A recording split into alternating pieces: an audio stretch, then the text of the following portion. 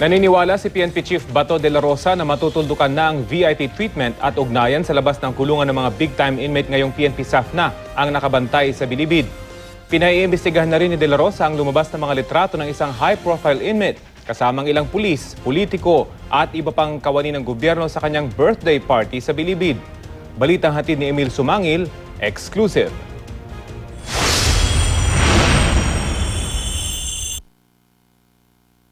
Birthday party daw ng convicted bank robber na si Herbert Colanco ang kunan ng litratong ito sa loob ng maximum security compound ng New Bilibid Prison sa Muntinlupa noong 2013.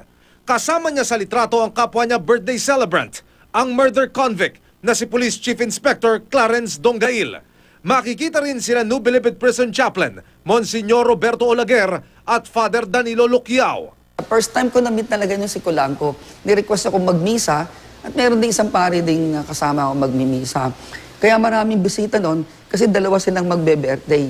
Nasa larawan din ang dalawang pulis na ayon sa source ay mga bisita ni Dongail. Sina Police Senior Superintendent Remus Medina at Police Superintendent Richard Gumbok. Lumabas ang larawan sa Facebook account na nakapangalan kay Chief PNP Ronald de la Rosa. Sa aming panayam, di niya kinumpirma kung legitimong Facebook account niya ito. Pero pinaiimbestigahan na raw niya kung ano ang ginagawa ng dalawang pulis sa loob ng Bilibid at gaano kalalim ang koneksyon sa gobyerno ng mga nabanggit na bilanggo. Ginagawa nating persons of interest yung mga tao na yan. Okay. Bakit sila nandoon sa loob ng Bilibid at nakipag-party dyan sa mga drug lord na yan? Sa larawang ito naman na bigay ng isa pang source, makikita si Colanco, kausap sa Bilibid, si dating Surigao del Sur 1st District Representative Philip Pichay. Nakausap ko sa telepono ang dating kongresista na imbitahan lang daw siya ni Colanco na ipinakilala raw sa kanya ng tiyuhin itong si dating Surigao del Norte Representative Jun Romarate. Sa mga larawang ito naman, makikita si Colanco katabi ang mga hepe ng Senro, Poso at Traffic Bureau ng Muntinlupa City Hall, habang ang isa pang big-time inmate na si JB Sebastian katabi naman ang isang barangay chairman.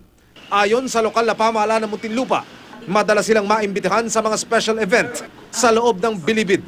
It's a non-issue thing para sa Muntinlupa. Ako ang nakikita ko rito, there's politics behind. Again, Naniniwala naman si De La Rosa na ang pagpasok ng PNP staff sa Bilibid ang tutuldok daw sa VIP treatment at ugnayan sa labas ng kulungan ng mga big-time inmate. Emil Sumangil, GMA News.